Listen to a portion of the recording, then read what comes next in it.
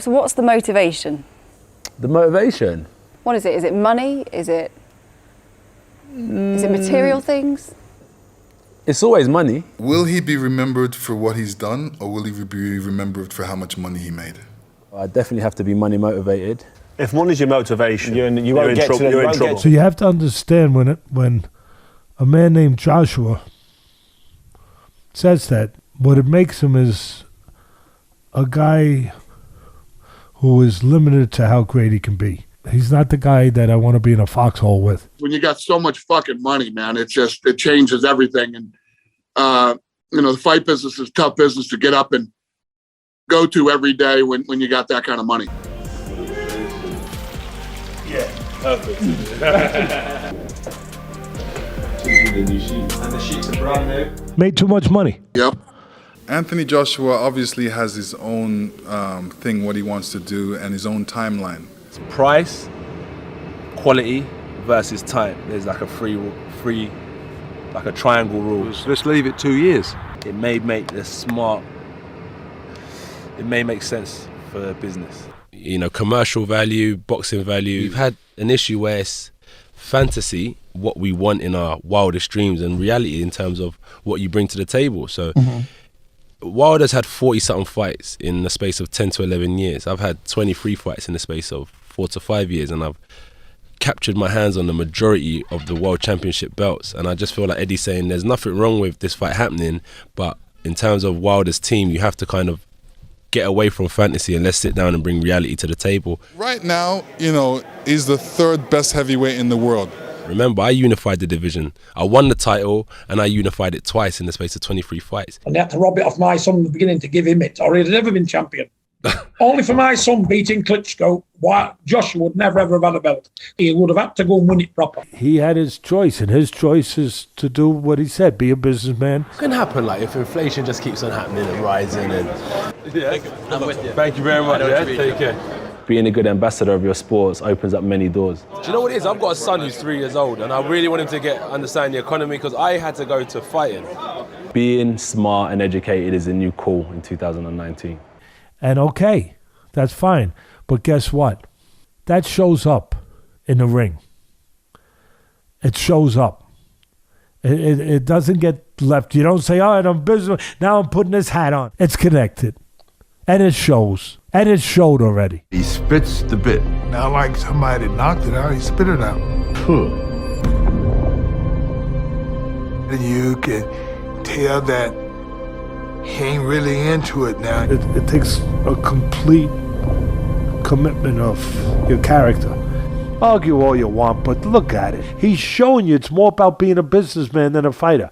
It's more about the money than it is about victory. Who I am! Standing on a mountain! I am king! I've got people that are managing me, protecting me, saying, you know what, you've got to play ball as well. From accountants to lawyers to managers, security, social media followers, and PR. They're the people you talk to, you listen to, that group. This is what you need to make the cogs turn. As a brand outside of boxing, when you're trying to achieve big, you have to go big. It's a negotiation. You don't get what you worth, you get what you negotiate. And it's difficult times when you've got two people who bring something to the table. If you want a guy to fight, if you want to fight a guy, offer him proper money. I had to deal with Sky Sports. They wanted me to come over and commentate for them. And I told them I'd come on one condition. And the terms was I get in the ring with Joshua at the end of the night. But at that time, we had no deal in place. So I said, don't waste your time or my time. A couple of days later, I get a phone call from my manager. He was like saying that ain't going to be able to happen because Joshua talking about upping the security on me. I even heard about restraining orders and stuff, saying he don't want to hype the fight, for what? His point is 75% right. I just think that it's a bunch of BS that these guys ain't in the ring fighting yet for the undisputed heavyweight championship of the world. But, him and his manager's really leading his way, and they're deciding who they want to fight. My advice was, let's leave it 2 years. Because then how the Mayweather-Pacquiao fight got built, in commercial terms, Deontay Wilder and AJ today is a $70 million fight, maybe 80. In 2 years' time, it might be $250, $300 million. The main message in that message is just have a business plan and do your market research and make sure you execute that plan. That's all it is. If you don't know the market, you're just another consumer for someone else to get rich. There's going to be lots of negotiations, there's going to be lots of arguments over splits, guarantees, but the proof of the pudding is the market is getting bigger and bigger and bigger. I think Shelley Finkel wanted to cash in on Deontay Wilder straight away. That's my honest view. He wanted to fight straight away. That's crazy. Business crazy, and Shelley knows better than that. Short-term thinking versus long-term thinking. Because we are playing the long game. We believe that our client, Anthony Joshua, is going to be ruling the roost for 5, 6, 7 years. So we're in no tearing rush. Barry already told y'all, it's 6 to 8 proper career plan, and Deontay Wilder wasn't in it from the start. So don't drag these people along. When you plan a business that's got a 10-year lifespan, you don't rush it. You know, I said to AJ, he asked me my honest opinion, I said, if you told me you were going to retire in 6 months' time, I'd tell you to fight Deontay Wilder now. If you tell me you're here for the long run, I say that fight can only get bigger. And also, you don't take chances. Okay, let's say Wilder retired today. There's not a fight that you'll probably say, man, that fight was phenomenal. There's not a standout fight, so he's waiting for that standout fight. And it seems that they've pinned me up to be that guy, so he's waiting for me, and I'll get there sooner or later. So Wilder, just be patient. I hope he continues to win, and I'll continue to play my part to kind of build towards a good heavyweight showdown. Over a period of time, it happens, but it's not a rush. I'm the last undisputed champion, and I've been that way for the last 20 years. So it would be nice that somebody else came along and took it over. You put a cake in an oven, it doesn't rise straight away. It rises when the heat is right. They got farms in England? Yeah. Well, they doing a lot of milking. Because, you know, why would I fight a difficult fight if I can fight a far easier fight and still make tons of money? And just tell people, oh, it's coming, it's coming, it's coming. These things have a habit in boxing of building to a crescendo, and that journey is still in place. The fights are not getting smaller, are they? While they're mucking around saying, oh, I'll fight this or I won't fight until next year, somebody might lose. This is what happens. That's where your judgment comes in and say, do I see anyone out there to beat either of them? No. Could it happen? Yes. If it happens, okay, that was a bad call. You control your manager. Tell him you want the fight no matter what. That's what I did. Well, I've told my people to get the fight, do whatever they can to get the fight with Evander Holyfield. You know, I'm appealing to Evander because I control my people, and I tell them what I want. You know, Anthony didn't want to step up. You know, he got offered $50 million the other day, and he never took it. And you know, Tyson Fury really answered that call and took the fight. There was a lot of talk of them two going back and forward, fighting each other for over a year. Deontay came over to England. You know, he was searching for a great fight. Nobody wanted to fight him. Tyson Fury answered the call and came over to America. When you do step in this ring with me, I promise you, when you step in the ring, I will baptize you. And Tyson Fury is still a lineal champion. He's still unified champion. You know, belts, you know, it's just like having a car. Joshua may be driving the car, but he don't own the title. It took me, a fat, bald-headed guy, to accept a challenge to defend my country, so to say. Listen, there's only one Tyson Fury! To me, I think that was a mistake to allow Tyson Fury to get that shot. What type of a world champion is this? If I was in his position, I would have fought one of those guys. There's a lot of people that I've been really pissed off with that have talked bollocks leading up to this fight and bollocks about Anthony. He would never say it, and he ain't even that bothered. Because I'll phone him up and I'll go, you fucking seen what this geezer's been tweeting? What are your thoughts on the comments over the last few weeks from Lennox Lewis? To be honest, I don't see them, but what I hear is he don't really have much positive stuff to say. Lennox is a clown. I don't respect Lennox. If you're gonna spread a narrative, at least get the full picture. Get both sides, because when somebody come tell me something, I listen. I said I want to hear the other side. So when I hear both sides, I can form a proper opinion. Very good. I do understand where Anthony Joshua's coming from, because all I have to do is say, show me your friends, and I'll show you who you are. they're all these trendsetter Instagram like TikTok people, right? And I've got all these people whispering in my ear. Poke me. Sooner or later, you're going to hear what I have to say about you. He said a few comments the other day, and you know, I just look at him being under some stress. If you knew my story, you would understand the passion. I ain't no amateur boxer from 5 years old. That was an elite prospect from my youth, bro. You know, I see a lot of these people, you know, out there saying, "Oh, Lennox is jealous. He's this and that." I'm like, okay, come talk to me. I'm right here. A man's doing his own career. He wants to do it the way he wants to do it. Yeah, I have no problem with that.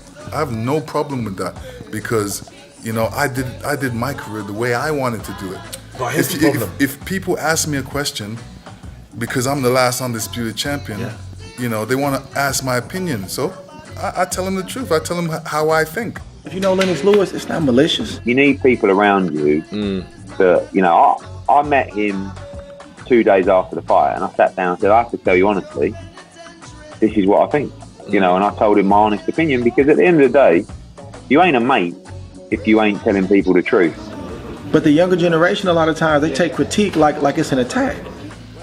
I said he should have fought Wilder, right? Yeah. You know why?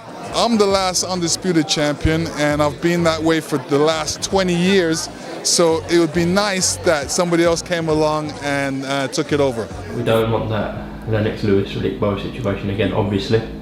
You know, we've seen this movie before, and these guys never fought. So they're going to go around for the rest of their lifetime of what would have happened. Do you think that Anthony Joshua and Deontay Wilder, when they're retired, if they don't fight each other, will look back on it with regrets? Yeah, I believe so. I mean, I'm sure Riddick Bowe looks back at it. I seen him. I asked him the question, why we didn't fight. He's calling me names, this and that, and I was expecting to jump in the ring with him. It was a disappointment to me because, you know, they seen us at the Olympics. I beat both. And I will always, but that was 93 rounds. And that will always be over his head. He should, if he's a true warrior of the game, he would obviously want a rematch. You know, I know that I have something over him. Riddick Bowe didn't want to fight Lennox. Riddick Bowe threw away a world championship belt rather than to have to fight Lennox Lewis. If he wants to be the last undisputed or the next undisputed, you got to fight Wilder. Felt like he was almost in a way I did feel like that, picking on you. Yeah, I did feel like that. You got to be able to look that in the face and say, man, you know what, man, I take that.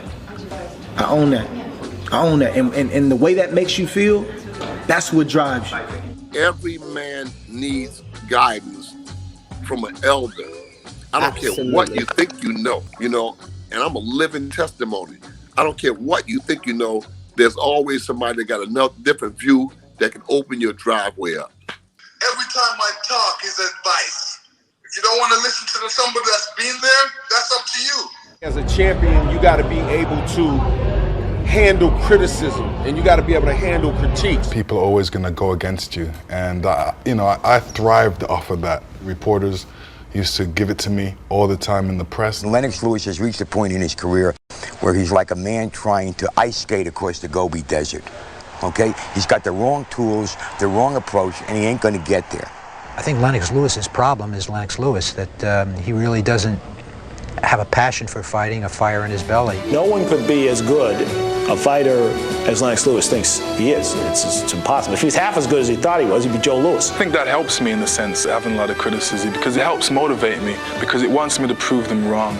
With me, they used to say, well, he can't take a punch, he has no stamina, he doesn't throw enough jabs. Until he improves his technique, criticism will continue.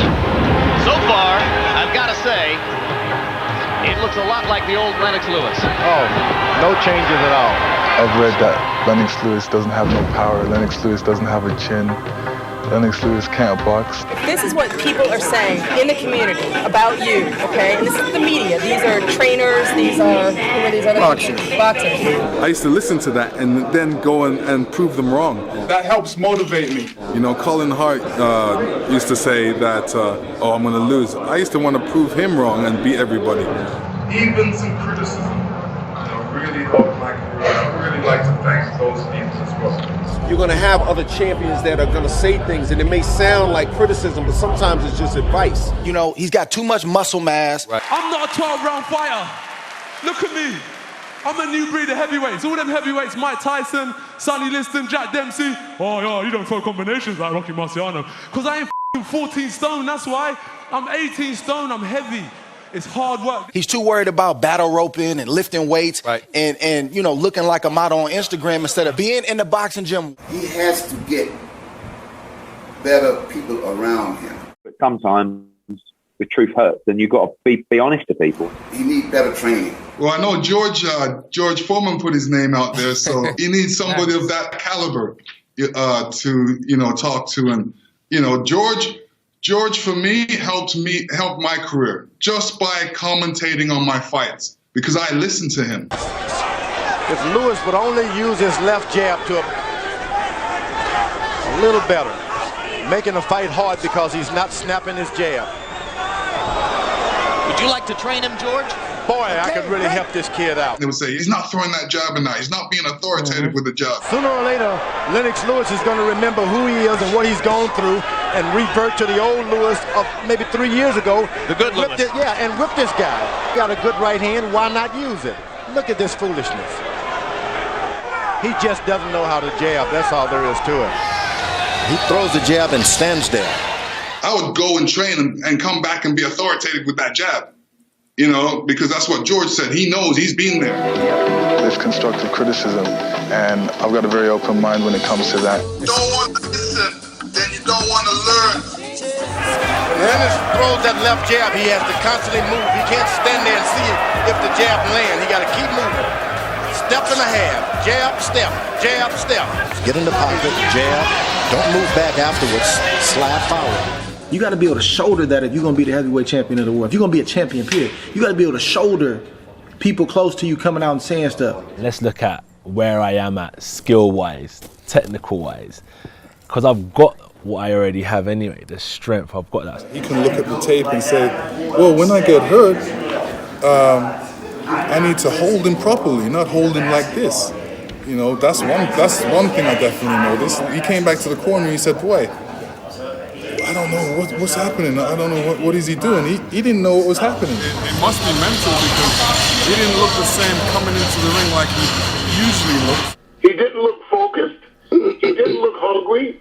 I looked at the AJ's expression that was on his face and chewing the gum shield. When they say hire a psychologist, that's the first red flag. Chris Marshall's going to be here, the psychologist. So you can be brief on Sunday. This kid is mentally weak. He's not mentally strong anymore. You lose a passion for the sport. So you lose that kind of sense of passion because it's not about a mental aspect. It's not about just fighting for the fight and being a prize fighter. It's fighting for like publicity. It's fighting for, I don't know, it's just, there's nothing for me to gain in boxing anymore. When I'm in the ring, it's just like, this again. You just got to change the way you fought and change the thought process. The thought process is most important. I was thinking when I looked at Joshua there and I saw him in the corner, he no longer cared about what a fighter must always care about, which is finding a way no matter what. He had gotten comfortable. It's kind of like Mickey in the Rocky movie. You got civilized, kid. But think about that. What about the dream? Is it still to be undisputed heavyweight champion? Undisputed is long for me now. I'm not even focusing on that anymore. That undisputed stuff, it was right in front of me, but it was one of the biggest curses that was lingering over my head when I was champion. Okay, I can tell the way he come out of the dressing room. He come out of the dressing room smiling and waving at the people and waving. Thank you very much. Thank you. And all of these beautiful things as if he's going for a walk through the park. You're not going through the park, brother. Your mentality tells me that you're trying to satisfy and say to the people of the world that you are not like most fighters. You're from mainstream society. You're a society fighter. That ain't what boxing is about, brother, inside that boxing ring. So you're not going to walk through the park and sit on the bench and feed the pigeons. You're going into the fight. Another man is trying to take what you got and take food out your family's mouth. You got to be a Joe Frazier. You got to be one of these guys. That's a killing. But we're in the hurt business. He needs to sit down and watch George Foreman and Sonny Liston. He needs to observe them Not so much their styles, but their mentality. I met Sonny Liston. He became my role model. He had to be the most angry fella I'd met. He'd look right through you. Early on, I turned into this mean character, and I decided, I'm going to knock someone's head off. Going to the ring, it's got to mean something. Tunnel vision from Lennox Lewis. He looks right, he looks focused, he knows he's got a mission here. He's come out here with a gladiatorial aspect, and Lennox is definitely ready to rumble. You can see that in his face. He's ready to go, most definitely.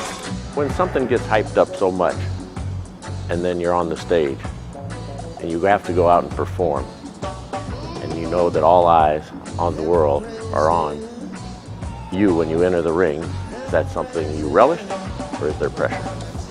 I feel that it's pressure. I get on the stage now, and I start floating.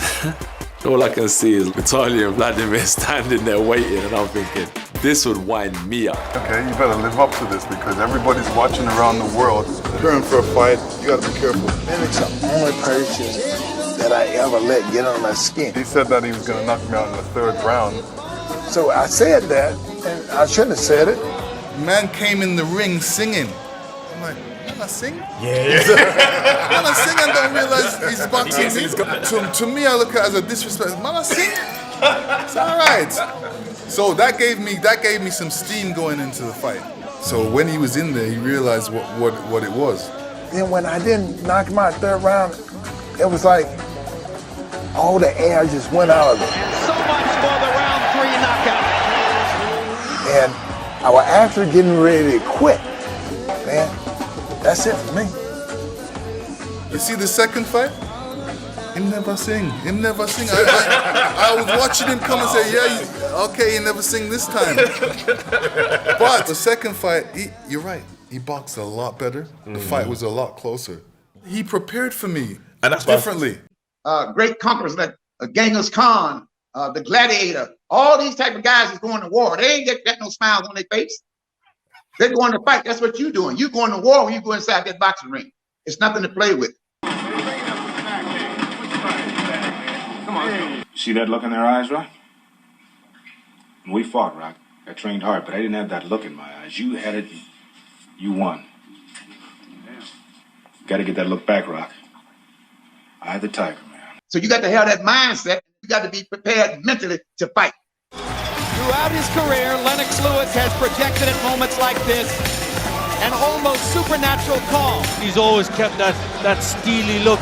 And I said, I'm just going to focus. It looks as if he's in the zone there, Glenn, doesn't he? My friends were saying, Jah, which is God, wouldn't give the power to a bald head. That's why I started growing my locks, to gain my strength, because I had a Samson-like complex. As my hair grew, I just felt I got stronger. Totally focused. He really is a thorough professional. Mentally, he looks right. He looks focused. He looks determined. He looks like he always does.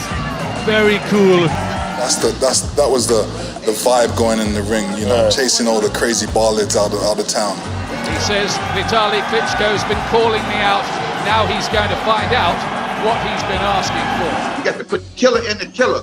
Keep it mean. Tell me, forget about all this other stuff. Let's do this here, champ. Forget about this. All the bright lights and the candles going off. When I'm in that change room, it's like, we're here now. I've done all the hard work. Let's just have fun. So rather than putting pressure on myself, I just go out, and I said in the changing room, before I actually got out to fight, I'm just chilled.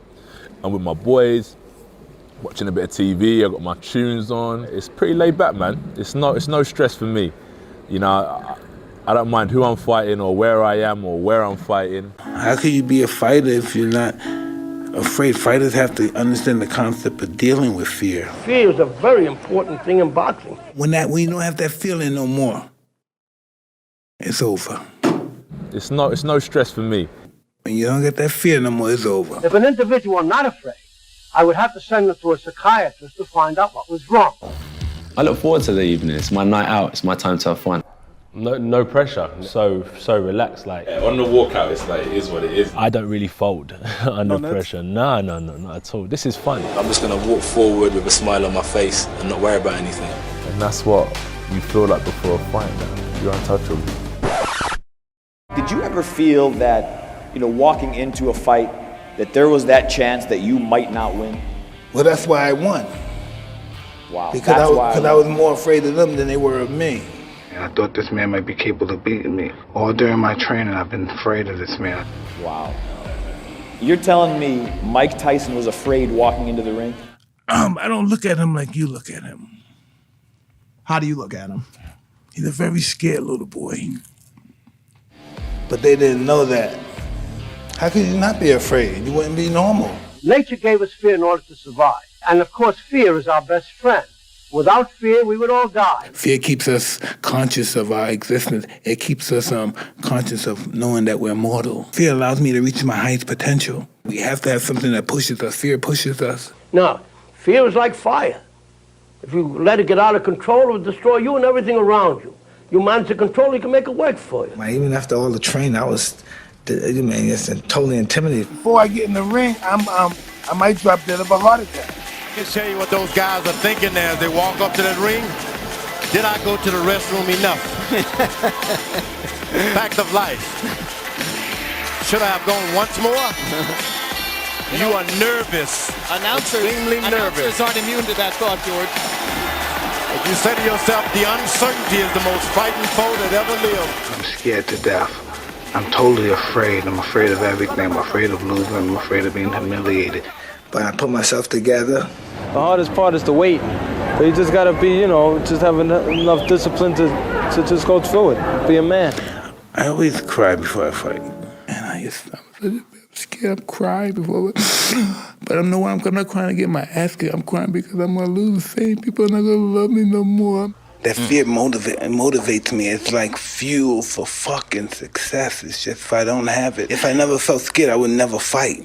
That fear that God gave us allow us to achieve accomplishments that we normally can't accomplish. Listen, you think a deer comes to a lake. He feels the intention is a lion in the tree.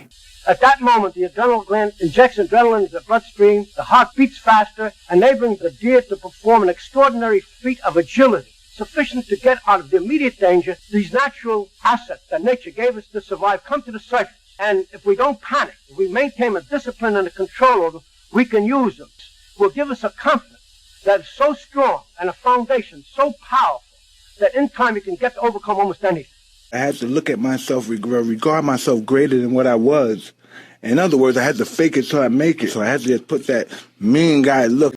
When I look at Cuss the kind of guy, he wants me to be the kind of guy to kill everything in the room that's moving. Intimidation is the most magnanimous factor in life. You know what I mean? To have somebody intimidated. It's not like being afraid of something. Being intimidated when you allow your feeling to just shatter where you no longer could perform. I was beating guys off of just pure brute strength and intimidation.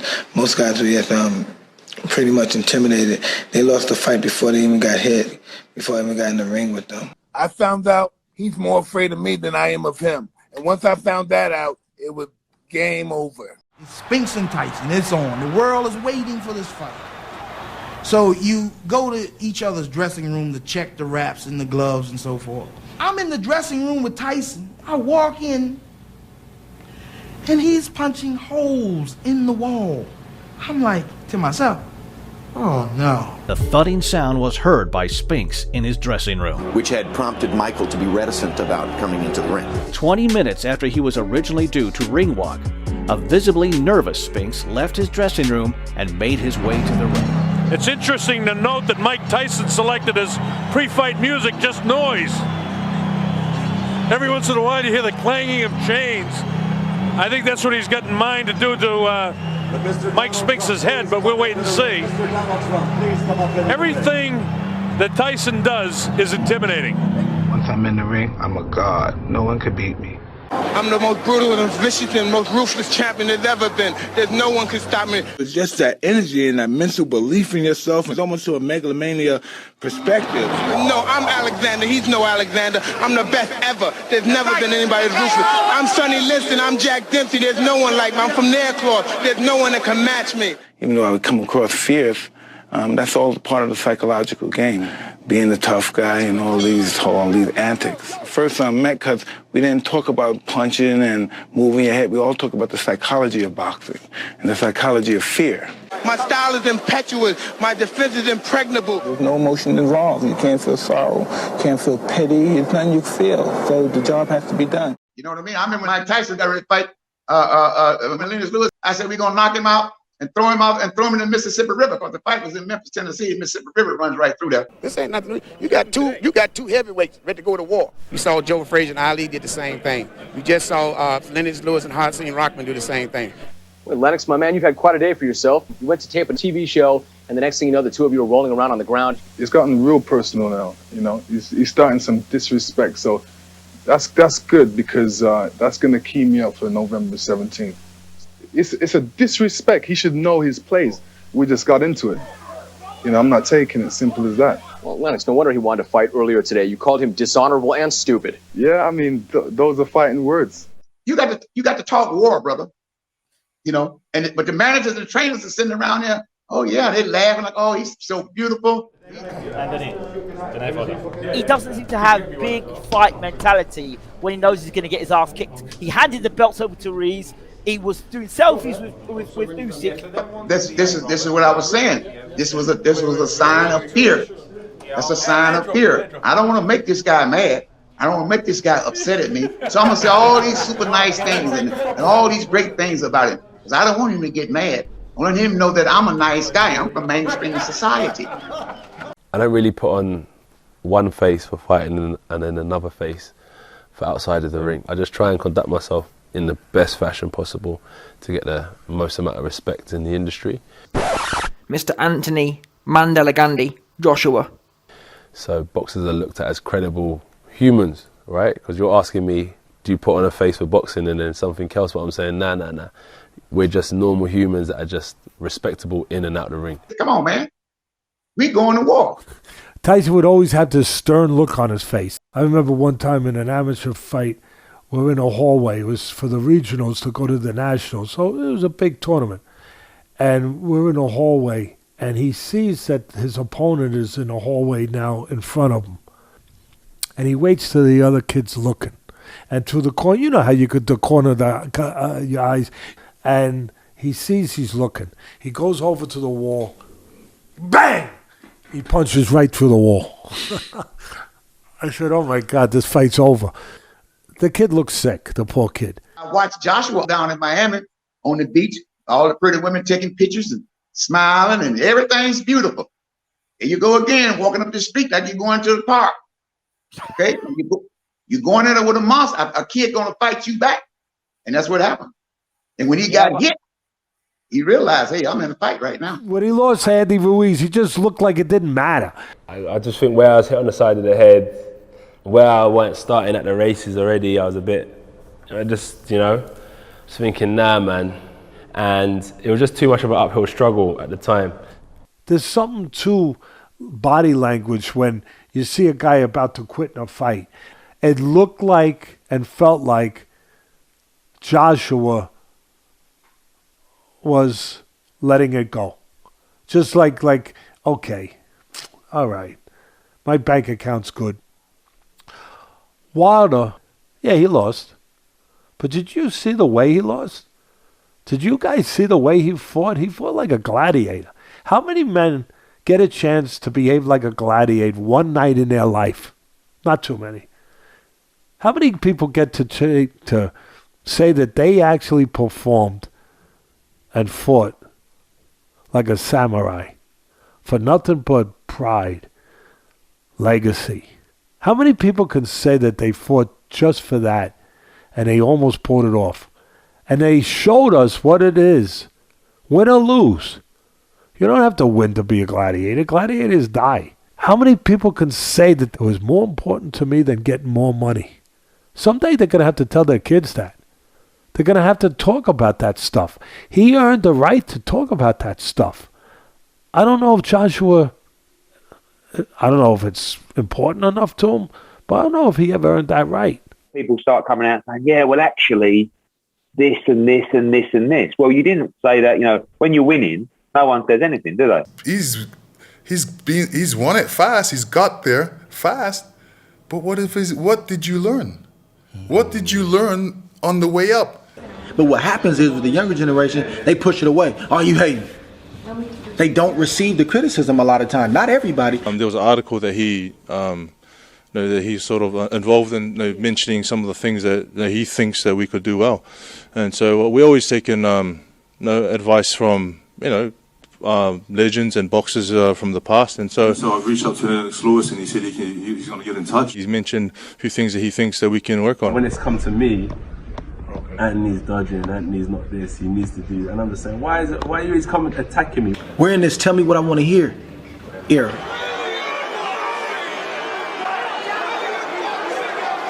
And social media is so bad sometimes because you can go there and get all the flattery you want.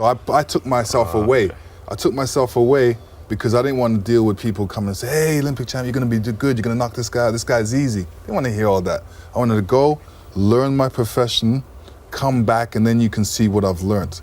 And what I learned and what I believe is that I was going to win. If I was a young fighter, and even a fighter that performed at a level that Anthony Joshua has, and someone like Lennox Lewis was saying to me, you're doing things wrong, I would listen. Take those things in and don't take it as a don't never take it as a disrespect. Man, they hating on you. Man, you the best. Man, Lennox Lewis was tripping, man. No. Lennox told me right. I got to do better. That's how you regain your titles. That's how you one day walk away as a legend. I don't have no problem with AJ, Yeah. I don't have a problem. He may talk of a problem. What problem is there? You know what I mean? Yeah. The world is round. So we got to open up ourselves and be open. That's how you want to live your life. This is your existence. What his choices are and what he wants to do, and the fact that he's doing it, I'm not fighting against him. If he has a problem with what I've said, come, we can discuss it. Would you be open to that relationship again? I've always been open to it. I did go to a couple of his fights. No, Lewis don't really reach out. Lewis has never reached out. The man can talk to me anytime. My door's open. He knows where I live. Who does take time to call me and is not so much involved in the internet stuff is Vladimir Klitschko, who calls me, advises me. Sometimes I did see him in London and he would say, hey, yeah, what's up? I changed my number. I'm going to give you a call. I'm saying, okay, cool, no problem. And didn't hear from him. So it was a shock. It was a shock to me when I seen him on TV saying Lennox Lewis doesn't phone me. My number hasn't changed. He DM'd me the other day to ask me to come on his podcast that he's doing. Yeah. It came right from him. Oh wow. It came from AJ's. He said, I sent him my number. Okay. Some other dude phoned me.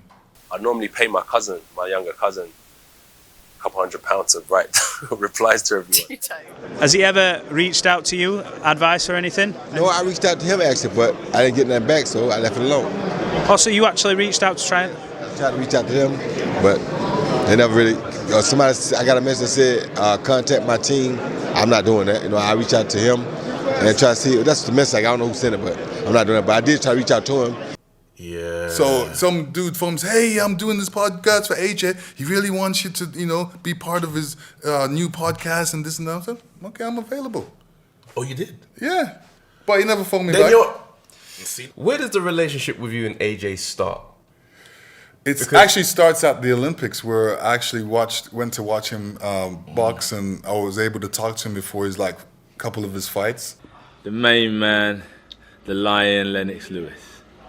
He played a big role in my decision turning professional. I seek some advice from him as a mentor. I said, come out to Jamaica to see me, and we'll talk. I said, well, I would love to help you.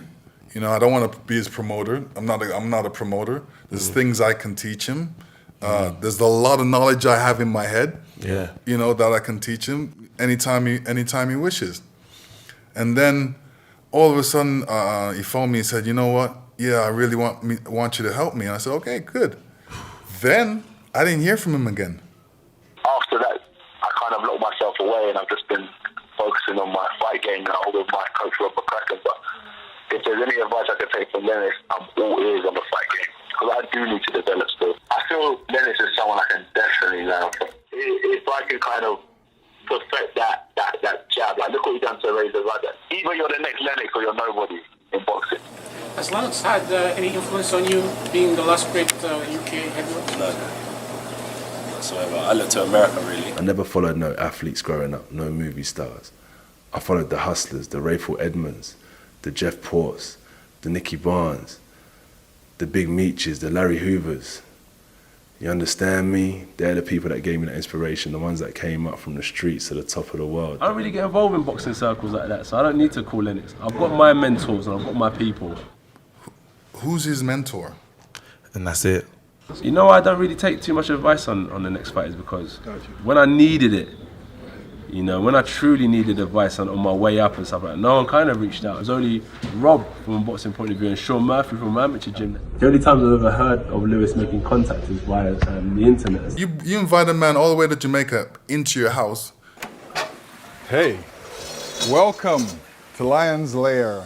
And then he says he's gonna phone you and doesn't phone you and he's gone with some other people and then you say, okay, cool, that's cool, no problem. And then you go see him fight.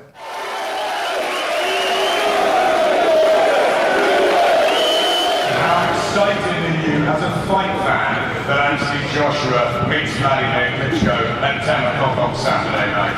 Very excited. I think it's great for Britain, great for Anthony Joshua. He actually took the challenge, so I commend him for that. Me and Holyfield were there doing TV for German TV. We were outside the dressing room. Mm-hmm. We wanted to big him up. Now he's beat the big man. Mm-hmm. We're there to congratulate him. Security brushed us out of the way and brushed him in there. Lennox was tried to go into the change room to say hello to him, and the security guards didn't let him in. And I said, okay, cool. They don't want me around. They don't want me near to him. So I'm like, okay. There was about 12 bodyguards keep following me around. Somebody who worked for the promotional company disrespected Lennox Lewis's wife when she was sat there trying to orchestrate her away from her chair. You allow your promoter to do that to Last Undisputed? All right, no problem. Lennox is a clown. I don't respect Lennox. Oh, look what's in the street. Anytime, any place, anywhere. You're coming down here with these people. It's an equal playing field and we have to treat everyone with the same respect. Many men before us taught us to remain humble. Lennox is a clown. Now you accepting the challenge or you yellow? I don't respect Lennox. He has no class. He has no class. I'm not taking it anywhere because these things are said out of stress. He's in a weak position to make those comments. So I didn't feel that it was necessary for me to come back at him. Lewis ain't no clown. I don't respect Lennox. Lewis ain't with champion of the world. Lewis been better. He was smarter. I tell you what, people Lennox Lewis a clown. He's a clown because Lennox Lewis was smarter to go get him some help. Lennox Lewis realized he was in trouble. He got knocked out by Otto McCall. He turned around and hired Otto McCall's trainer. Me and Lennox are cut from a different cloth. Massive losses. Lennox is a clown. I'm tired of walking around in your shadow, man. People call me your robot. I was disappointed in Anthony Joshua. You got a deception going here. This guy here, he was using you for the bait, you know, to make the money, right? Who Lennox Lewis fight after 22 fights? Fuck off, mate. He's got an agenda. He's employed by the PBC. Bear in mind, I had, 50% of Lennox Lewis for his first 6 or 7 fights with Roger Levitt. He's better than Lennox. We're living in a culture where the culture is to be uncultured. Just like I was speaking to one of his man them today, one of Joshua's man them today. They said, "I'll take Lennox Lewis at 23 fights and Andy Joshua 23 fights. Andy Joshua would have won." And this is so. Therefore, you got these type of men around you saying this. So of course, you're going to talk out the disrespect. Lennox is a clown. I just talk about how I want to appreciate the younger generation when I'm done with boxing and sit back and appreciate talent and negotiation issues that some of these guys go through, because I know they're going to go through it as well. But I just feel like when it's come to me, it's kind of different. He's a mentor to me. His phone is always, on when I need him, and he's helped me in more ways than people realize in boxing, like I tweeted, and in my business life. I remember Lennox Lewis coming over to the house. We were all sitting down, and he said, my dad told him, I don't want him fighting. I don't want him fighting. I don't want him to get hurt. And Lennox said, that's like a parent telling their child they can't drive because they don't want them to crash. just doesn't work like that. You gotta let them find out for themselves. You gotta let them walk their own path. And soon after that, I was in the gym. Boxing's a good sport. Not everybody's going to be a footballer. Not everybody's going to be a basketball player. Not everybody's going to be a boxer. But at least you can come to one of my camps and learn how to conflict resolution. You can learn how to be a winner and set goals for yourself. We take kids, teach them how to box, and we teach them how important discipline and hard work is. All kids are talented. They're born with a talent. They don't know it. It's up to them to find out what it is. And it's basically bringing kids into a situation where, like, we're teaching them how to be great people. I look at my life and the people that were involved in helping me. This is what I want to do for young kids. Teach them how to deal with life. And the same disciplines that we have in boxing will help you through life. Anything they want to become, they can become. Just, realize there's a sacrifice. Put in the work, find out how do I get there, and go do it. Me and Lennox aren't the same. My legacy is to sit back and enjoy the younger generation coming up. Just appreciate what it takes to get there. Lennox isn't like that. Giving back and making a difference is important. Oh, what a role model. What a way to say it's worth the work, it's worth the discipline, it's worth the physical difficulties. You need somebody like a Lennox Lewis to give them real vision. If there wasn't people and things for me to do and people to step in there and correct me when I was going wrong or even show me some kind of attention, I don't know what I would be or where I would be today. And to all the boys that's going to Lennox Lewis League of Champions, make sure you dedicate yourself to the sport, make sure you stay humble, and make sure you listen. Lennox is a great man. I got my jab from him. I took a little bit from him and made it my own way, so I know what I'm talking about. Trust me, that was years ago, so you're definitely in good hands.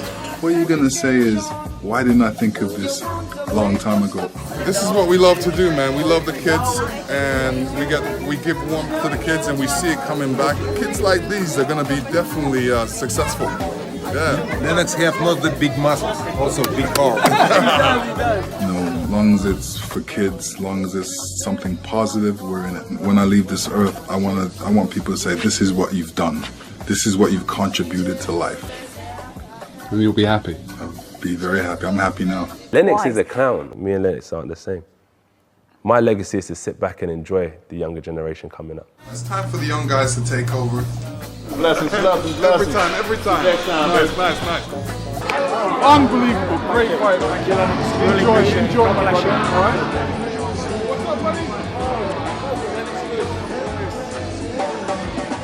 So, I feel good that I've accomplished my boxing goal.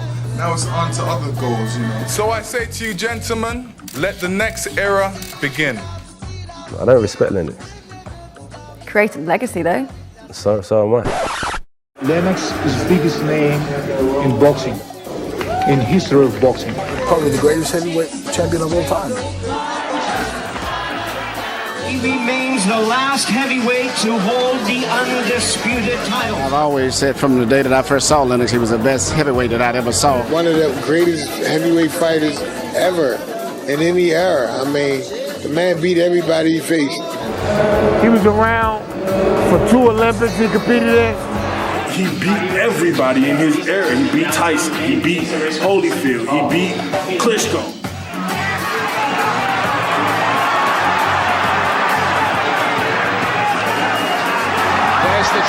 He's beaten Evander Holyfield twice now. He just totally dominated Mike Tyson. Riddick Bowe. In 3 rounds. And that will always be over his head. Lennox straight in with good head punches.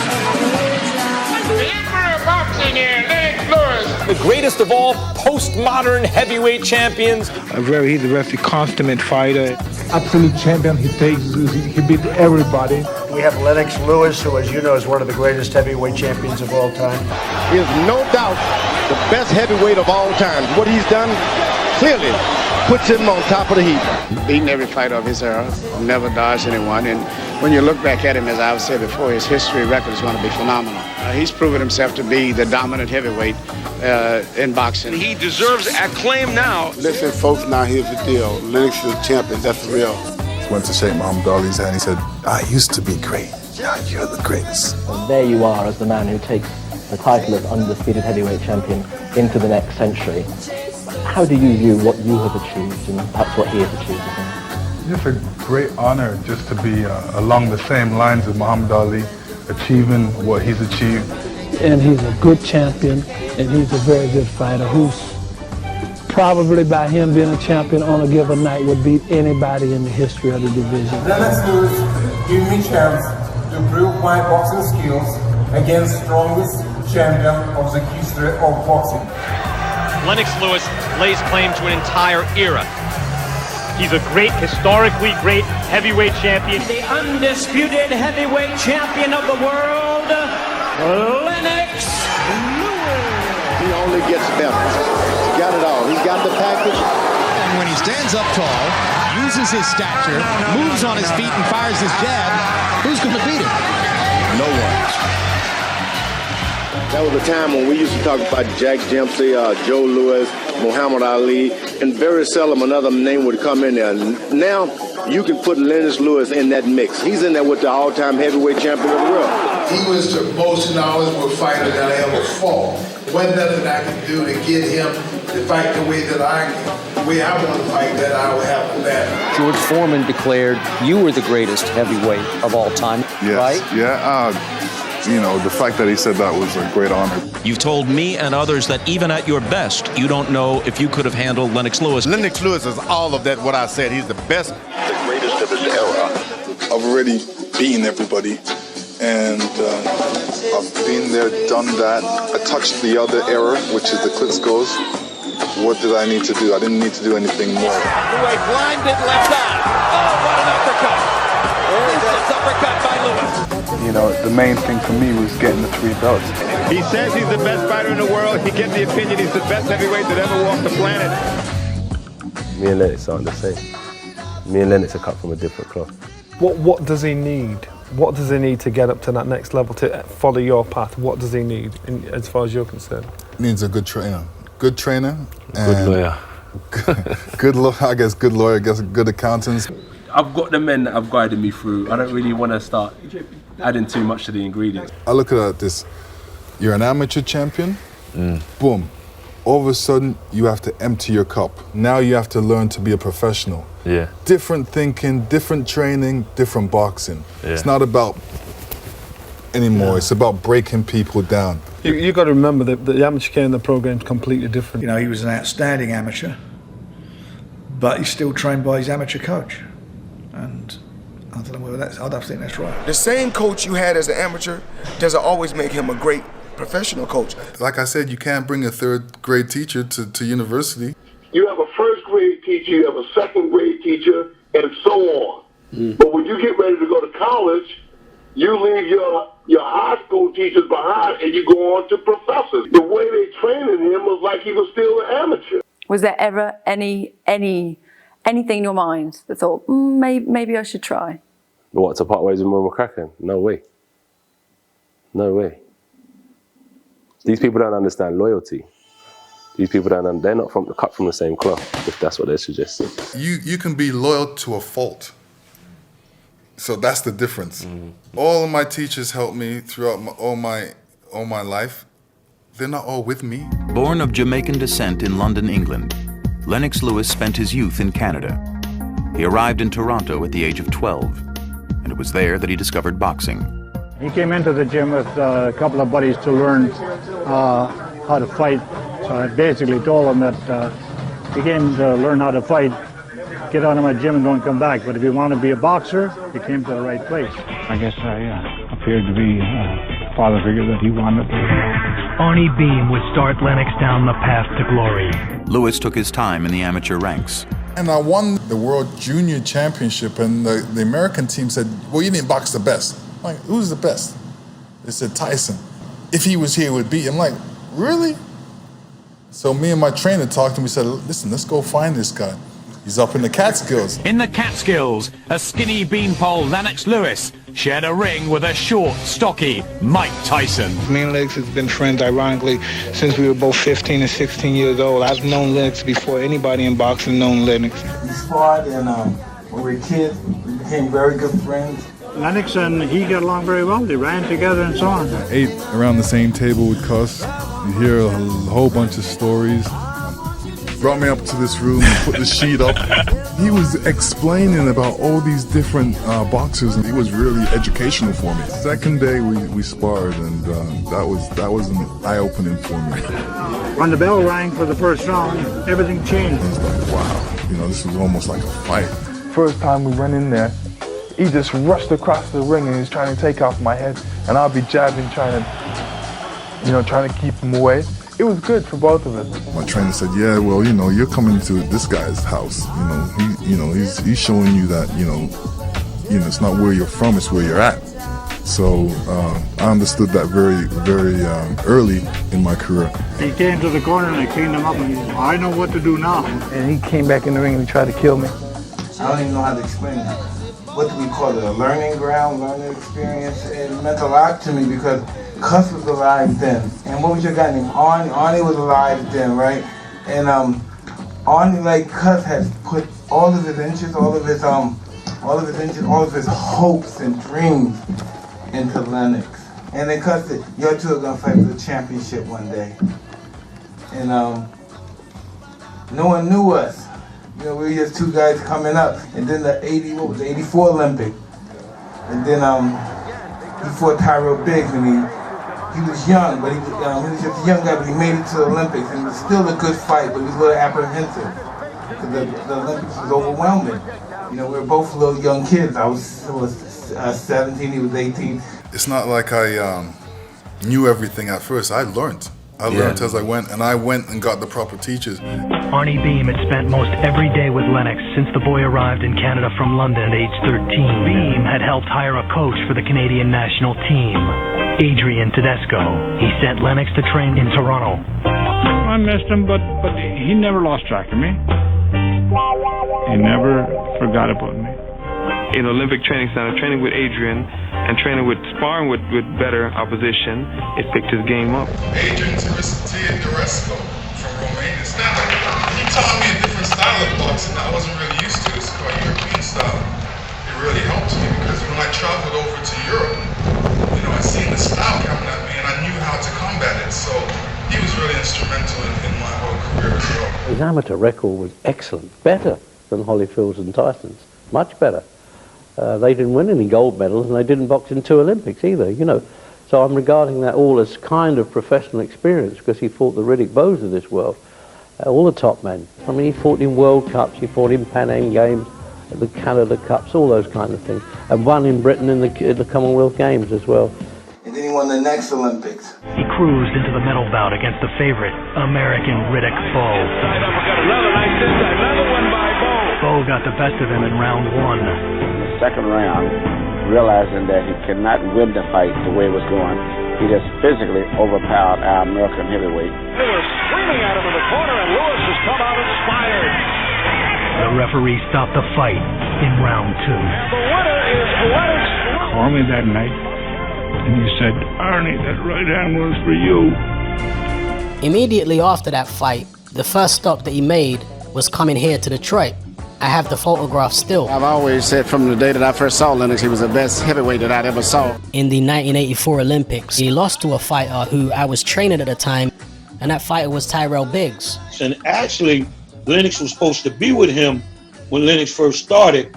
I said, this is my time to turn professional. I needed a trainer that would teach me the professional style. Frank Maloney phoned me up. Frank Maloney said, "Don't sign with anybody. Come over here right now." I came over, and the first trainer was John Davenport.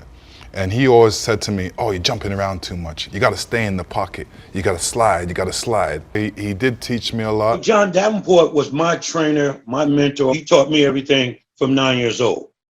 John Davenport brought me on, and it was 1989. And then there was Pepe Correa.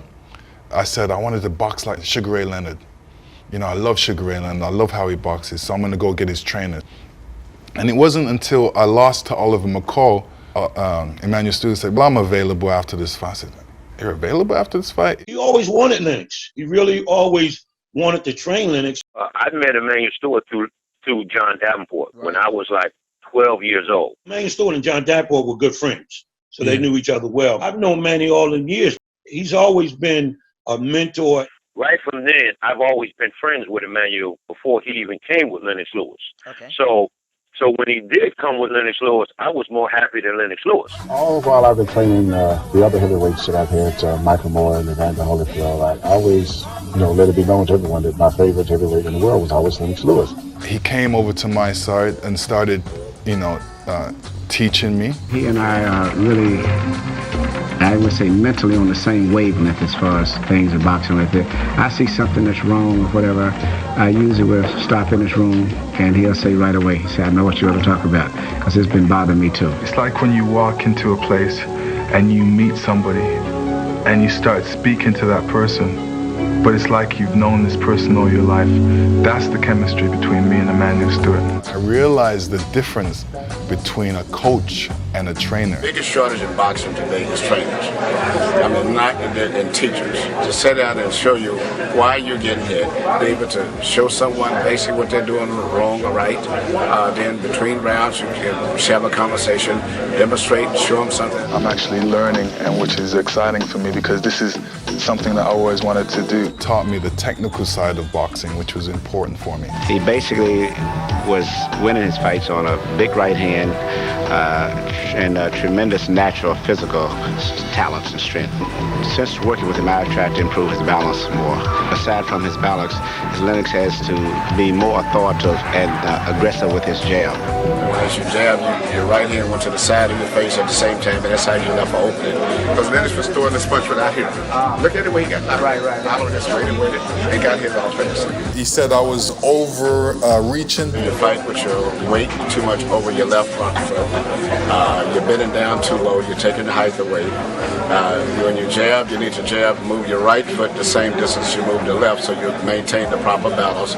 Keep the weight evenly distributed. See, that's the difference between a normal trainer and a trainer that has experience. Everyone wants to immediately jump in the ring and learn how to make a great show on the pads. The great trainers that I remember, Ray Arcel and Charlie Goldman and Jack Blackburn and those guys back in the day, they didn't even know what a pad was. We have to go back to the basics. When you throw a jab and you can see the guy that's blocking the jab, so you jab and the next time you shoot it halfway through, then you jab. This is teaching. Because the jab is the key. Jab is the key to everything. It starts off everything. First, you get a guy concentrate on this hand, then you give him this hand. And then when he's concentrating on this hand, then you give him this hand different. And then when he's concentrating on this hand, you give him another different punch. So he's got a lot to think about. The technical aspect of Emmanuel he's like a professor. He knows it. When we had a fight coming up, he would say to me, go watch the fight because you break down things easy. Good. I like the way you break things down. I ain't got time to be sitting there studying this guy a million times and looking at every tape and analyzing. Let the coaches feed me with that information. So I looked at the fight, I broke it down. He came, he said, that's right. That's what we need to do. Plus this. So he would add a little. In layman's terms, you would have to ask the team what their plan was. Because I'm a product of what I get taught.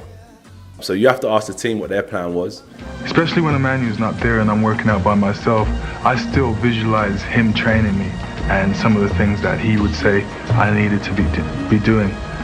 Mentally, I would look at myself from the outside and see what I'm doing wrong. Stewart, who had been in Oliver McCall's corner the night Lewis lost his title to McCall, didn't wait to begin criticizing his new pupil. At that stage, he was a very still emotionally not completely stable person. His last fight he had lost. He's too conservative and too intelligent and too analytical in the ring. And that is what has stopped him from becoming the fighter that he is capable of being. I think one of his biggest weaknesses was his balance. And he said, I agree. And that's what can we do to change it. So that was one of the first things that really impressed me about his willingness to learn and to change and accept his weak points. I think that was the biggest factor. I felt that he needed a real good, strong person that he could respect. You know, if I have a bad day in the gym, he'll tell me I look terrible. And that makes me want to come back the next day and look good. He made that change. He made that change, and he went on to become a great fighter. But this kid here is going right back into the same thing. He make no change. He's going right back into the same thing. So Benny Lewis ain't no clown. Definitely is no clown. So forget about that. I've already worked with 2 people in boxing. Sean Murphy was my trainer when I came to this gym, and then a year and a half later I was up to Sheffield training with Rob McCracken. And they've built me, aside from boxing, as I say, as the man I am today. Everybody can't train a big man. They just can't do it. They think they can do it, but they can't. I had Tony Tucker. You got anybody can box any better than Tony Tucker in the heavyweight division? No. It's my fighters. All these guys that can stand up and box. Heavyweights. Okay? These guys ain't trained no heavyweights, man. I'm a product of what I get taught in the gym. It's levels. You got to learn to adjust. You got to learn to adapt. And the other day we was talking about waistline torque and all this kind of stuff. In fact, I ain't never heard nothing about no stuff like that before. But those are things that you learn from the old guys years and years ago. Manny was not only excellent as a trainer, but he was a damn good analyst. Not only an analyst, he was one of the best strategist artists in the game that knew how to break down a fight, that knew how to set a game plan, put it in place. I sat down with Emanuel Stewart for hours and hours and picked his brain. I picked his brain on the Tommy Hearns Roberto Duran fight. I said, how the hell did you do that? And quickly he said, well, you know, Roberto Duran, he was good at parrying punches, picking the guy's punches off with his glove. So what he was doing, he had Tommy punch at Roberto Duran's chest. So Duran could bring his gloves down, and lo and behold, if Tommy hits anybody with the right hand, you're going to sleep, my brother. You got to be able to know fighters. You got to know fights. You got to know fights that's happened. You got to be able to tell the fighters, look, let me show you what Jack Johnson did to Sullivan. Let me show you what Muhammad Ali did to Ernest Shaver. Let me show you what Ernest Shaver did to Larry Holmes. You got to understand what Henry Armstrong did, Ray Robinson. People don't understand. You got to know all this. You got the height, you got the speed, you got the power, got all of that. But you just don't have the techniques. You know, technique, no fight plan, you know. And everybody, you're doing brilliant. You're doing brilliant. But why am I getting hit? Rob McCracken obviously has worked for Anthony Joshua. They've been a very successful team. But sometimes you may feel that you need to freshen things up a little bit. 11 years, going on 12. 2010 actually is when I got taken up to Sheffield. And I've been in Sheffield from the age of 19 till the age of 32. To get rid of what we have and completely change it is too risky. No way. No way. These people don't understand loyalty. These people they're not cut from the same cloth, if that's what they're suggesting. That's why I can't really discuss with people in boxing. I've had everyone message me, you know, yo, I can train you, champ, but it's gonna cost you $1 million. I'm not an idiot with my money, you know. I'm not a fool. I run boxing like a business now. The running around, selling boxing every day of the week, commercial work. It takes a lot. We're working with broadcasters, we're working with new press, working with global sponsors. It's a lot. It's a lot. But this is what I want to do. I want to change the boxing industry and make it mainstream. So I understand my obligations. I come to Miami or New York first, do my press stuff. Miami, do some more press stuff and work.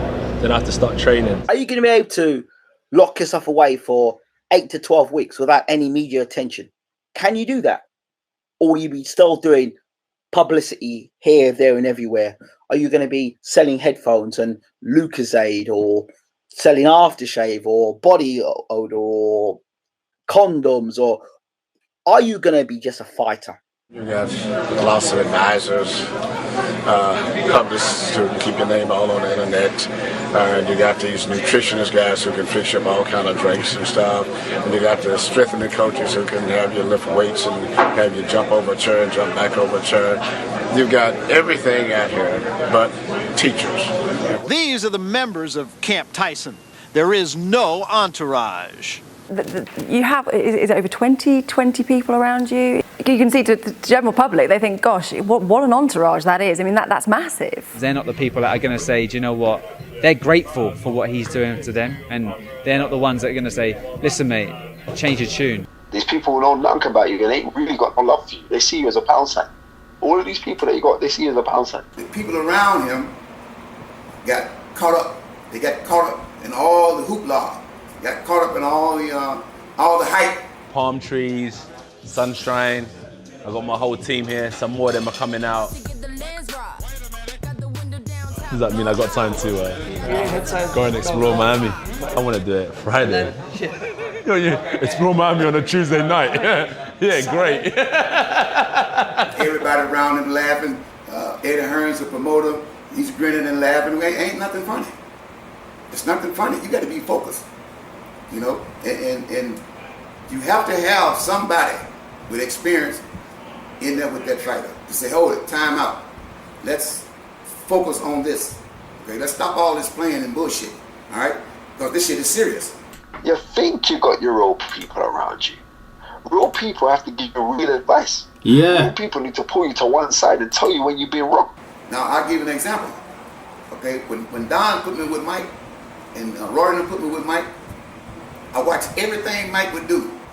I was focused. I had to watch everybody around, see what they was doing, what they was saying, how they was reacting.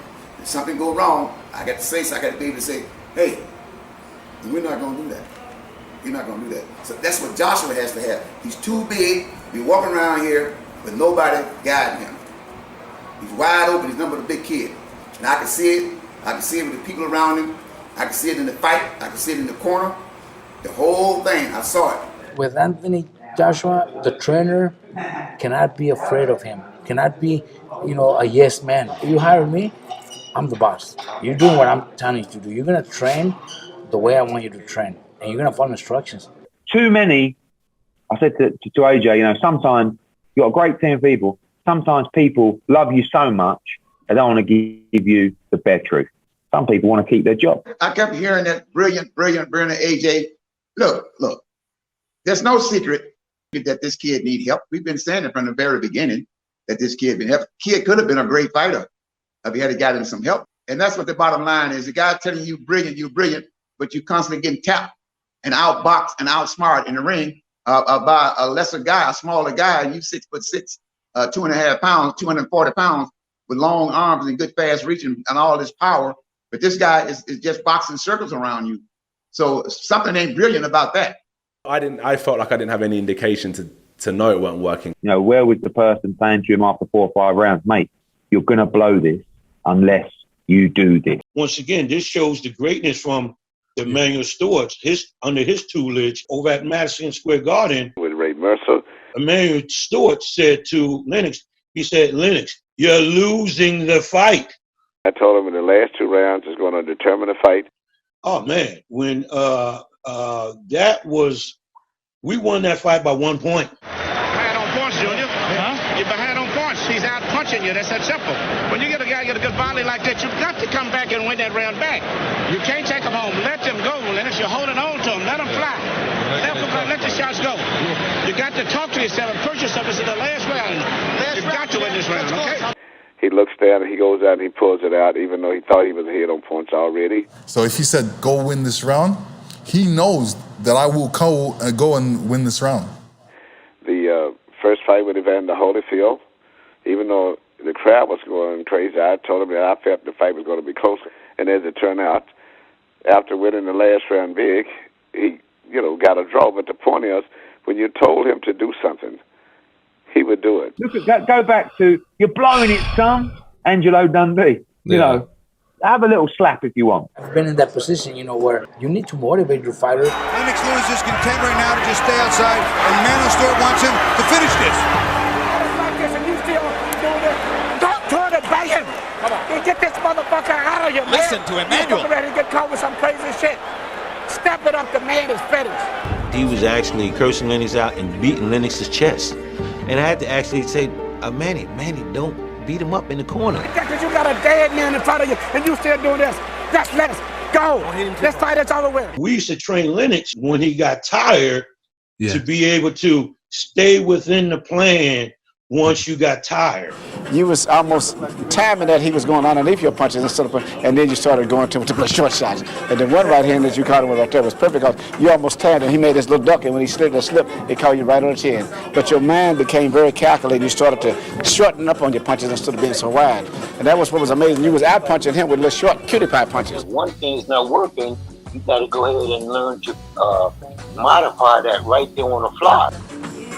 Your best rounds are when you're tired, for me. Your mind becomes more treacherous and you think better. Let the shots go. Right now. Once guys got tired, we stepped it up. We put the pedal to the metal, man. With Anthony Joshua, he seems like one of those fighters where he needs to be programmed by a trainer. And if the fight ends up going very differently to what they'd planned for in training camp, he doesn't know what to do. He doesn't seem to have the ability to adapt. And in my head, what it was is, in the fight, should I have gone, boom, this ain't working? Anthony Joshua just doesn't seem to have those strong boxing instincts at all. He comes across like a guy who's trying to learn boxing from a textbook. And Lennox was a mean, tough man.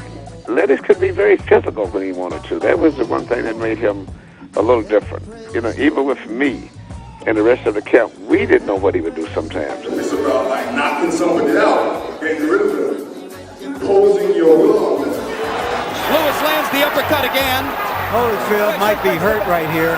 Sometimes he would come out and be overly aggressive. Holyfield grinning as Lewis lands a big right hand. In a fight, you have to adjust. So I adjusted to his head. This man used his head as an alternate punch. It's like I'm blocking his punches and then his head. Boom, boom, bam. I have to block his head. When it comes to it, I'm like, okay, cool. I say, I don't take that. I'm a bad man in that sense.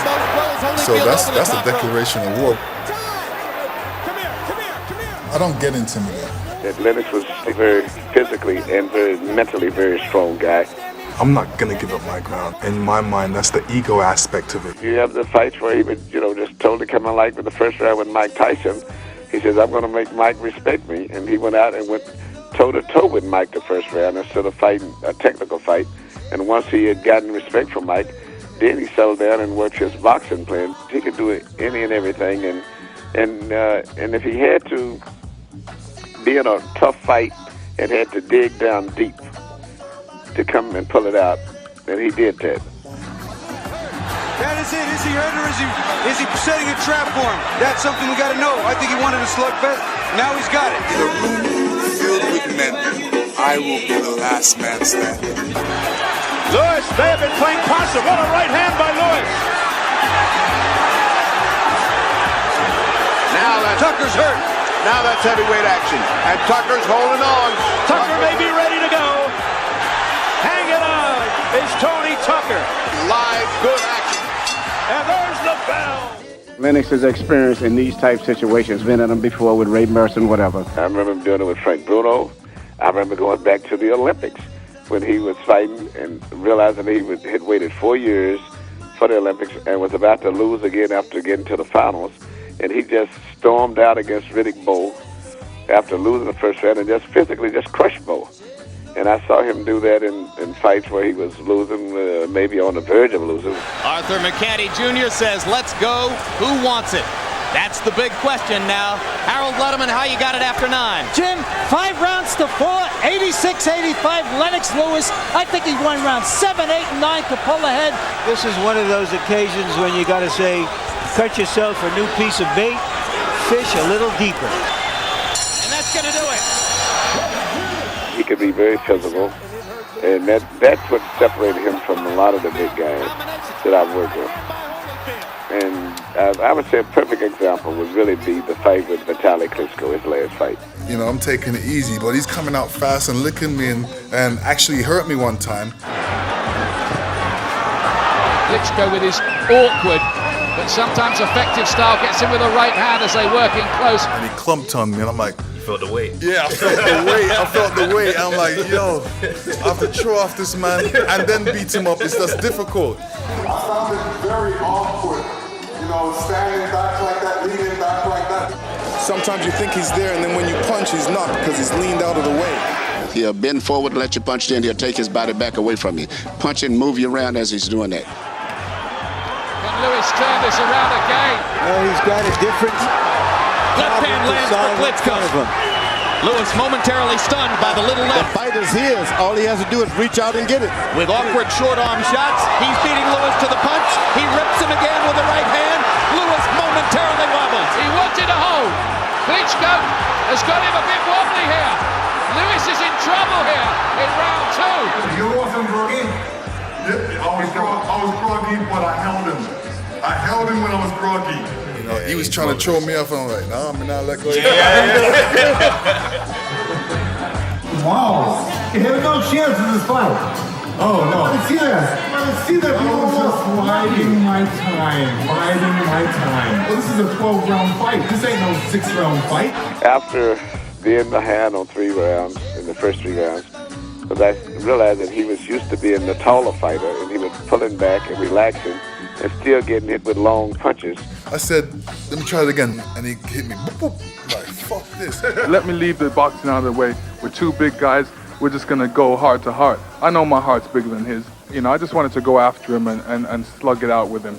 And that's what I did. It was just a matter of time. Walking on the punches as he comes forward. I'm gonna bust him with pressure. And now Lewis goes for it. Is he going to show championship quality here? Big right hand by Lewis. I definitely had to adjust in this fight. It was difficult to get with the jab, difficult to get with the right hand. You're not in a fight until there's pressure, resistance, overcoming something. Big right hand from Lewis.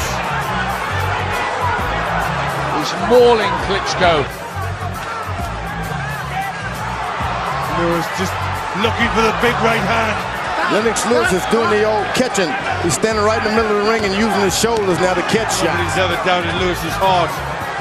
Another big right hand. When the going gets tough, the tough get going. And I'm tougher than him. This guy doesn't like body punches. I'm gonna work on his body. I could hear him go, So my thing was that I'm just gonna go after him, and then anytime when I'm coming with my punches, they're heavy. Woof, woof. My whole body's coming. So it's coming straight. So if it hits you, you know, your face and your whole body's moving with it. So if you see that fight again, you're gonna see anytime I lick him, he just jarred. His whole body jarred. Yeah, that's because everything was coming. This is the round that Emmanuel Stewart, the trainer of Lewis, predicted a finisher. Lewis looking for the uppercut. Famous uppercut from Lennox Lewis. It was really the ball switch off the light. Good job from Lennox there. You know, it's really mind over matter. My mind's stronger than his. You know, you gotta say you can do it, and you gotta do it. It's very important that a boxer boxes to the point where he gets a little exhausted, and then he continues to box. It's what you can do while you're tired and exhausted. It's what's going to determine the fighters who will go on to be the winning fighters and the great fighters are compared to the good fighters. I know when we reach the later rounds, which I have a lot of experience at, because I've been through those fights where, boy, I have to pick it up in the late rounds.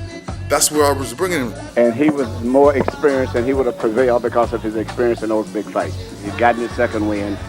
Mental stamina is developed when you train properly and learn how to compete and to continue training when you're tired and exhausted. I was bringing him in the deep end. Yeah. That type of pressure, nobody's given him in none of his fights. He studied him, fought the fight 1,000 times in his head. Oh, what an uppercut from Lewis! Absolute peach, but Klitschko took that too. That's where I was bringing him. I brought him in the deep end. Those uppercuts definitely started the ball rolling and caused Vitaly to hold a lot. Trying to take advantage to a blinded left eye. Oh, what an uppercut! Every other fighter was in the floor. Yeah, any other fighter would have been on the floor, that's for sure. He was holding for dear life all the time. Every time I was trying to push him off. This corner's got to take a good look at this guy's eye. I know it's a world heavyweight title match and all that, but a man has got to see. There's the uppercut again from Lewis, who is showing some championship quality. At the end of the 6th round, I think when I was talking to him, he says, I got him now. I got him. He just came back and did what he had to do. He turned it into a brawl and won the last half of the fight. And I have no doubt in my mind that if it had went another round or so, he would have knocked him out. He could resort to just being a brutal physical fighter if he had to, and that's one of the great attributes that I liked about him. Whereas Anthony Joshua just doesn't seem to have a strong idea about what to do and when. I was a bit, I just, was thinking, nah, man. And it was just too much of an uphill struggle at the time. He said to Rob McCracken, what do I do now? Why do I feel like this? You don't hear Tyson Fury having them kind of conversations and asking those kind of questions when he's in the corner after he's been dropped. He knows what to do. I mean, I like Anthony Joshua too. Don't get me wrong. Yeah. I like him, but he's too mechanical. He's a champion learning on the job. Yeah. He's learning his craft still. There's a definite massive void in his pedigree. I told him in the beginning when he was undefeated, you got some things you still got to tweak, because if you don't, then you may come up short. I always alluded to the fact that they need to do some maintenance on his style, or maintenance on his tactics and techniques, and nobody did because AJ was winning. And his defence for me was always his Achilles heel, and I just don't feel that it's they've worked on it. To me, it's just a total mismanagement. His corner and his people was way over their head. I said when Joshua throws his hook, come back with your hook, and you'll catch him flush, because when he throws his hook, he pulls his hand back like this. See, he throws it and Joshua pulls back like this. Now he's wide open. Now, if you watch him on the pads, he does the same thing. Left hook the head. There you go, that's beautiful. He needs to somehow learn how to relax when you get punched. And sometimes, when you get in a panic situation, you start holding your breath. And stuff like that, and that's what make people fall out sometimes. Yeah. You forget to breathe. So soon as someone starts punching, he tightens up and does the high guard, which leaves his body. So he gets hit in the body, drops his head, and gets hit over the head. You don't bring your hand to your like I ain't bring my hand to my head. You bring your body to your hand. Yeah, you can hit me, but my defense, I'm gonna catch the shot right here. So you never keep your hand to you? No, never. That's right. Even you doing that. Right. And I'm a kick. His defense is basically a peekaboo type thing, and I don't like that peekaboo style, because I was taught that those little gloves, they can get through that. Yeah. Okay, why get hit? The name of the game is hit, not get hit. He let this guy hit him with down the center. Then he started getting low to the guy, hit him with straight hands to the body. Every time you want to go. Joshua trying to get behind the jab again. So if I throw right here, like this, maybe just step back on me and straight through the center. Just snaps the head back a little bit. Yeah, lovely cagey start. Oh, good left hand from Usyk. Bringing you, and then looks to loop it. He gives you a few down the middle. Good shot from Usyk. I think half a step right. This one is so simple. Just got to let his hands go now. If you start doing this here, that's a we'd have a picture of all of this out here stuff. I always think again, good shot from Usyk there. The challenger from the year from Usyk. A beautiful shot. And again Usyk. Sweet science. Movement, changing angles. Superb performance. Let's get a position like we did at work. You see where his left hand is? Right. Even if I try to throw a right hand first, you'll stop me from anything I do. Right. It's a simple stuff. It's a sad situation. The guy when he first came out, I thought he was going to be the thing, but he's not the thing. He turned out to be so confused. Is it just through lack of experience? After 10 years of me, I started boxing when I was 10. When I was 20 years old, I was boxing internationally, in winning tournaments here and there, going to Copenhagen. I was fighting at an international level as an amateur. After 10 years, he's fighting at the top level as a professional. He's had to do some real fast tracking. And whilst fast tracking, you might skip a few lessons here and there. You might skip fighting these come forward guys. He's missed that, so he's kind of getting it all now. It's difficult learning everything in one camp. This is some of the things that he's supposed to be doing on the way up. Yeah. It's easy to knock somebody down, but there's other skills that you need to put into effect. you need to have a good jab. Why are you out there so far? Listen, if me and you are like this and I say throw a jab, Yeah. would you go back like this? Boom. Release from the core right there. From where I am? Yeah. I felt that. He has a good jab.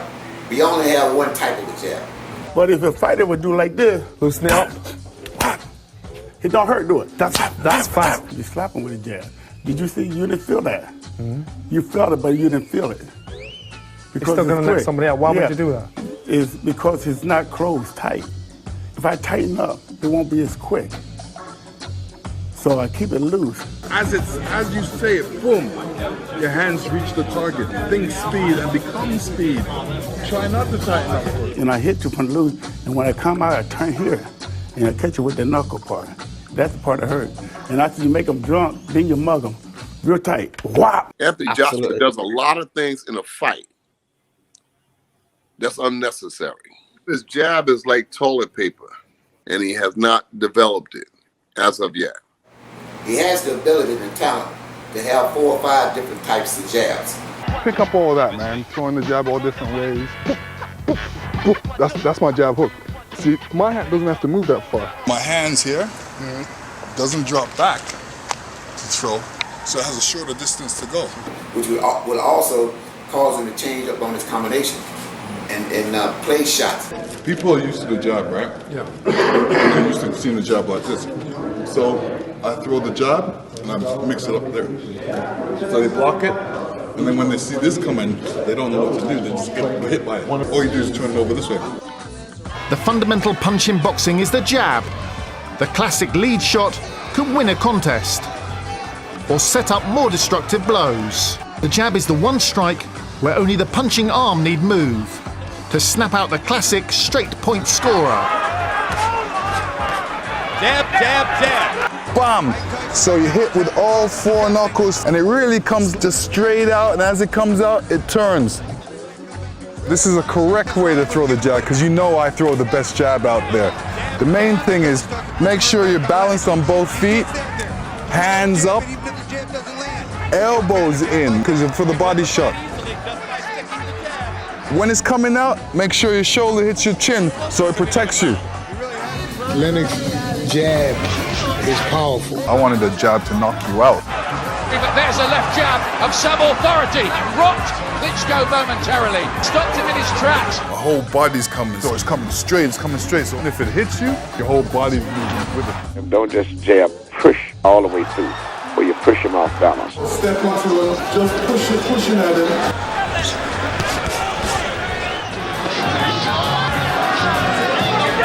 And there are 2 good jabs. Great jabs for Lennox Lewis. When he stands up tall, uses his stature, moves on his feet and fires his jab, who's going to beat him? No one. Too good. Too classy. Lennox Lewis. Lennox Lewis has done just about everything but finish the job here. He's put together combinations, his repertoires look good, he's boxed well behind the left jab. Round 2 begins with Lewis sticking the jab, sticking the jab, sticking the jab, sticking the jab. Stick it, stick it, stick it. As Lewis keeps the left jab in his face. Jab, jab, Tyson trying to duck inside. That is one stiff jab. Jabs continue to connect from Lewis on another one. Now he comes back to the jab, popping it and bringing it back the way you're supposed to. Terrific performance by Lennox Lewis. What we see is what we're going to get with Lennox Lewis.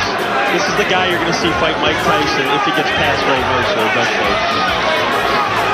He's not going to be any better than this. Lewis in control here. A totally confident Lennox Lewis. Add these different skills and techniques to what he already have. Keep you around for a long time. You need to have good movement. You need to have good defense. You need to be in good shape. You need to doing the right things to get in good shape. Sometimes you guys get too muscular. Everybody's trying to get such a big an advantage, and all of the drinks that a lot of people know what they're drinking. Basically, a good common sense diet, adding some of the modern things in, but not getting too carried away with it. And I mean, what's really wrong with doing proper lifting yourself up on a bar, lifting your own weight, whatever you weigh, doing push-ups on your fingertips, getting neck exercises, and actually boxing where you're getting used to the contact of another physical body that you're blocking punches with and moving around. That did work, and it still works a lot. I think everyone is getting into the weightlifting and the show pad punching and everything, and getting away from action boxing itself. You know, it's not all about weights. It's not all about, seeing a dot and trying to catch a dot.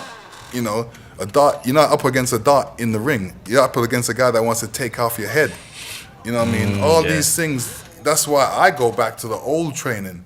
You know, that's why I went up into the mountains. We really learned our era. Like, we went back into training camp. We spent a lot of time in training camps, and we went to old-time fighters, great trainers to help us as well. So we got a lot of knowledge, and we brought that back into the ring. What gives me the edge over the average boxer, I'll come out here in the woods, I'll chop wood. Then I'll get in the ring with another guy who's been in the gym training. I'll have calluses all over my hand. Then you know that I'm the tougher, rugged man.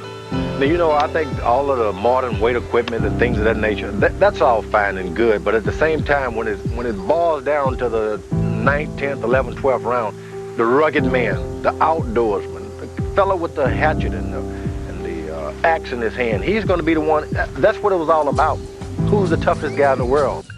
You've got to have that kind of attitude in boxing. You've got to have that mentality. You can look at Anthony Joshua and kind of tell he kind of embarrassed by some things that happened to him. And you can't show that look on your face. Now you have to be stone faced. When you're doing good, you got to look the same way. When you're doing bad, you still got to look away. That's an art of the game. And you start grinning when you start winning, then you start frowning when you start losing. After you're showing your hand. As an athlete, when you're hurt, a default is to laugh. That's when your acting career comes in. You come in and you're like, I'm not hurt, I'm ready to go. You smiling about it. Bell ring, you look at the man and smile. You told him right then, you in my ass. I tell my fighters, okay, he looking at you smiling now. He looking at you smiling. He's scared. He's trying to regroup himself, but you don't let him see you do it. It's an experienced move. Fighting is the art of not letting the other one know. I was at the gym the other day and two guys were sparring, and one of the guys said, "Oh, that was hard." Dude, you can't tell me. He needs to change his attitude in the ring. He can't get hit and smile. He's getting hit and he's smiling. He's like giving credit to his opponent. You gotta be mad. You gotta get mad because you're getting hit. Don't let him know anything. Well, not quite a wink, but he flashes his eyebrows. He better throw his hands. I thought the referee gave Anthony Joshua a break. After the knockdown, said to Joshua, walk towards me. Walk to me. Joshua didn't walk towards him. He spits the bit. Not like somebody knocked it out, he spit it out. He indicates that he's a defeated man right now. He wasn't even good. He's looking for more time. Joshua turning to his corner. He's got to be careful here. He turned his back on me. He kind of looked at his corner, then he spat his gum shoulder out. Okay, good move, give yourself a little bit of a breather. Then when he stood up, he knew he stood up on 8 seconds. And turns his back and walks away from the referee at 8 and just wanted a little bit of a break. I think he's too happy in England being protected and maybe he realised that it's the AJ show and the referee's going to give me the benefit of the doubt. Was he just like, wow, this guy's coming at me and I'm too tired? Joshua complaining about the heads cracking together. And again, there's tape loose now on the right glove, and the referee does take Joshua back to his corner, and he almost let himself. Yeah, I think Joshua made the decision there to go back to his corner. I don't think that was his decision to make, but he made it. Did you not think it was odd that he was crouching down to Ruiz's height? Height and reach in boxing is a massive advantage. If I can hit you and you can't hit me because your arms aren't long enough, I don't care what you're doing, whether you roll in and slip. I know Mike Tyson wasn't as tall as half the guy he knocked out, but I consider that a massive advantage. And AJ neglected that advantage. He's 6'7" or something, you go in the ring, you see him boxing, even like when he fought Povetkin. Spread his legs real wide like this. I mean, trying to get down to this guy's size. So when you 6'7", why you want to come down to this man's size? So those are techniques and things that he do in the ring that tells me that boy needs some help. Tall man should never bend his knees that much. You're making yourself the same height as your opponent. Never teach a tall guy to bob and weave. Why is ducking underneath the rope, slipping underneath the rope, you 6'7"? Why are you bending down? It doesn't make any sense. You know, you big, fight big. If you're small, fight small. That's the name of the game. It's all about basic fundamentals. It's fundamentals. It's off. They're way off. He should take advantage of his height, stand a little straighter up, and just do like a bull and a matador. Just stand there and move this guy, wave him off. He doesn't have to move. His height is his greatest preventative. He doesn't need to run and hide. Probably his greatest defense, huh? His height is his greatest defense. Lewis butting with the right hand over and over. Lewis is just stepping back a little bit and just dropping right hands. He's got his defense acting like a matador. He stands there, jab, jab, jab, and then slides left and right. He doesn't have to back up at all anymore. If you are the taller man, just don't get low. He takes the hook away from you very well because he lays back. He don't give you his head when he punches. We call it in the bucket. He looks like he's running all the time. Lewis trying to close the show in style rather than sit on a lead. This is a much better last round from Lennox Lewis, using his boxing skills, moving about, picking out the jabs and the right hands. Classy combinations. That's what you want the smaller, the shorter arm of fighter to do, is keep following you, reaching. All he has to do is keep his right hand up and just circle Holyfield to his right. Go to his right and make him throw his left hook. Lennox was controlling the fight. He had the longer reach. It was his fight from beginning to end. With the way you control it and the way that Holyfield cannot reach you, there's no way he can beat you. You gotta be fast on your toes. So skipping really helps. My trainer manages through it always says, make sure that you can box on the outside, make sure you can box on the inside. I move around, I try new things.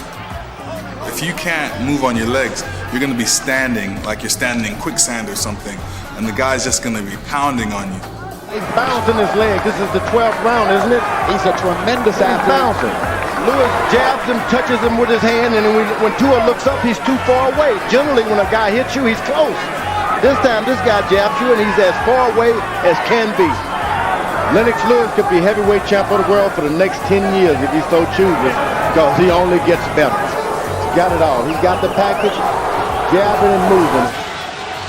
Why should he go and stand toe-to-toe with the shorter, very strong fighter and give the other fighter his best chance? Only so that he doesn't have to read in the newspapers tomorrow that he's dull. You know what? I don't think he cares. I think he doesn't. I think you're right. It's very simple. You're standing in one line. Vladimir Klitschko looking incredibly loose. If I'm gonna give you angles, you're screwed. I find it very difficult to land my combination punches. I was just giving you angles, especially when you were getting aggressive. So you want to hit me with right or left.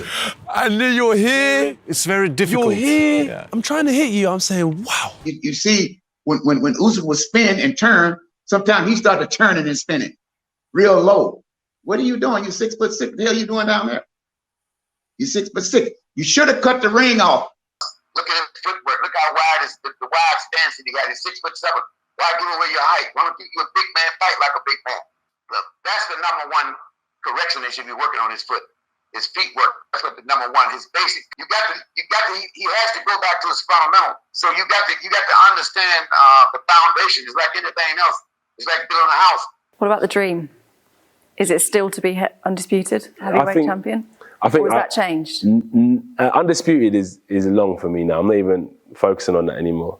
Road to Undisputed is good, but that's going to come. Wherever it comes. Do you think you got too preoccupied with that? It was like I was coming to the end of my road already, worrying about Undisputed so much. He's got there fast, but what did you learn?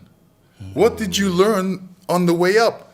That's something that any coach or any mate should be saying. Where you going, bruv? Get yourself in the fucking gym and go and learn something. I've always said it.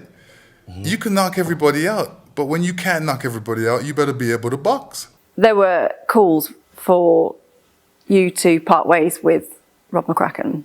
Like I said, you can't bring a third grade teacher to university. You can be loyal to a fault. So that's the difference. They're clowns, whoever said that. Whoever said that is a clown. Was there ever anything in your mind that thought, maybe I should try? What, to part ways with Rob McCracken? No way. No way.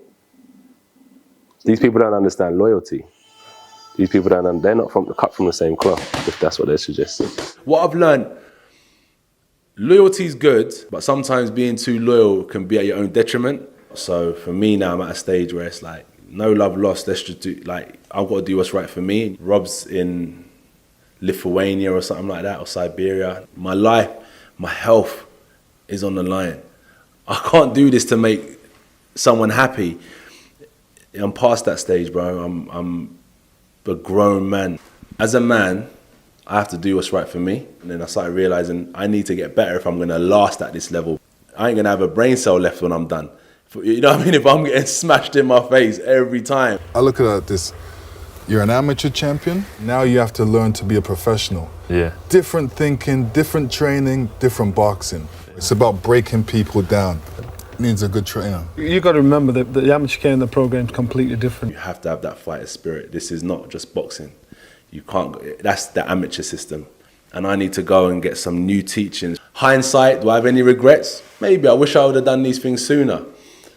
But I've done it now, and I think it's only going to add to my game. So I'm just taking myself to a new environment, listen to new things and apply them.